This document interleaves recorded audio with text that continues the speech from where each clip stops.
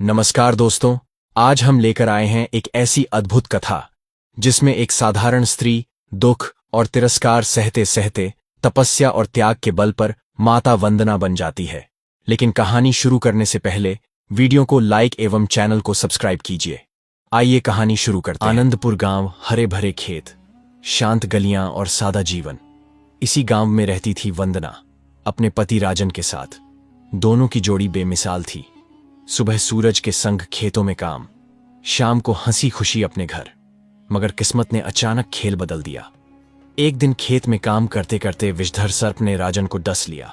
गांव वालों ने हर उपाय किया, लेकिन कुछ ही घंटों में उसका जीवन बुझ गया। वंदना चीत्कार कर उठी, हे प्रभु, मेरा संसार ही क्यों उजाड़ दिया। वह शव से लिपटकर रोती रही। अब वह विधवा हो गई थी। गांव वाले उसको मनहूस समझने लगे थे। जो लोग कभी आदर करते थे अब तिरस्कार भरी निगाहों से देखते। कुछ नीच पुरुष उसकी लाचारी पर गिद्धों की तरह मंडराने लगे। वंदना अकेली पड़ गई थी। उसी समय गांव में आए 3 तेजस्वी साधु, ऋषिराज, अनंतानंद और विश्वामित्र। लंबी दाढ़ी, भगवा वस्त्र और मुखमंडल पर दिव्य आभा। गांव वाले दौड़े और चरणों में झुक पड़े। तभी ऋषिराज की दृष्टि वंदना पर ठहर गई। वे बोले, यह स्त्री दुखों में डूबी है, परंतु इसका भाग्य विलक्षण है। गांव वाले दंग रह गए। जो वंदना उन्हें अभागिन लगती थी, वही साधुओं के अनुसार विशेष थी। वंदना के मन में प्रश्नों का तूफान उठ गया। क्या सच में मेरा जीवन बदल सकता है? रात को साहस जुटाकर वंदना मंदिर पहुंची। तीनों साधु ध्यान में बैठे थे। अनंतानंद ने कहा, पुत्री, बताओ तुम क्या चाहती हो? वंदना ने कांपते स्वर में कहा, गुरुवर, मेरा जीवन इतना दुखमय क्यों है? मैंने किसी का क्या बिगाड़ा है? विश्वामित्र ने शांत स्वर में कहा, दुख कभी अकारण नहीं आता।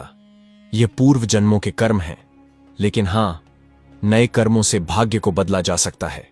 क्या तुम तैयार हो कठिन परीक्षाओं के लिए? वंदना ने सिर झुका दिया, मैं तैयार हूं। अगले ही दिन आदेश मिला, रात भर अकेले जंगल में रहोगी। यदि भय को जीत लिया तो पहली परीक्षा सफल होगी। घना अंधेरा, जंगली आवाजें, सरसराहट। दिल धड़क रहा था। उसे लगा कोई परछाई पास आ रही है। वह कांप गई। लेकिन तभी उसे साधुओं के शब्द याद आए, भय बाहर नहीं, भीतर है। उसने आंखें बंद की और मन ही मन कहा, मैं नहीं डरूंगी, प्रभु मेरे साथ हैं। और सचमुच वह छाया धीरे धीरे मिट गई। सुबह की किरण के साथ वंदना ने भय पर विजय पा ली।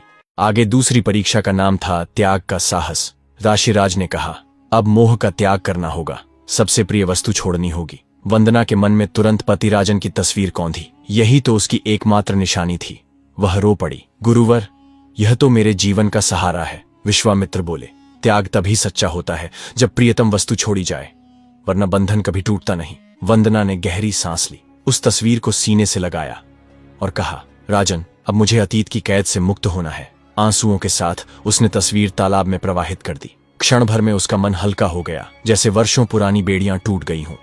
तीसरी और अंतिम परीक्षा थी, तपस्या और सेवा।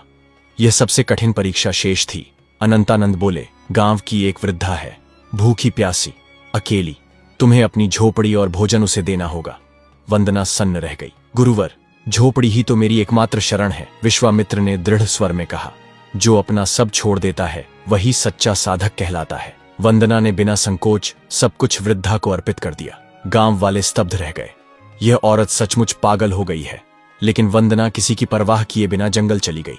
यहां उसको 7 दिन की तपस्या करनी थी।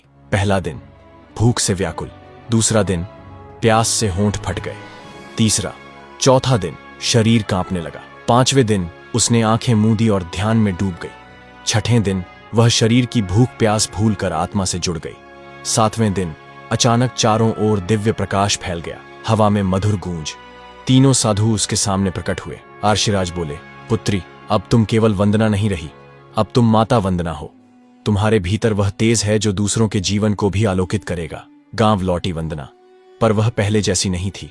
उसकी चाल में आत्मविश्वास, आंखों में दिव्य तेज और मुख पर शांति की आभा। गांव वाले जो कभी उसे अपशकुन कहते थे, अब श्रद्धा से उसके चरणों में झुक गए। वंदना अब सबके लिए माता वंदना बन चुकी थी। उसकी कथा संदेश देती है कि भय, मोह और शरीर की कमजोरी पर विजय पाकर मनुष्य अपने भाग्य को स्वयं गढ़ सकता है।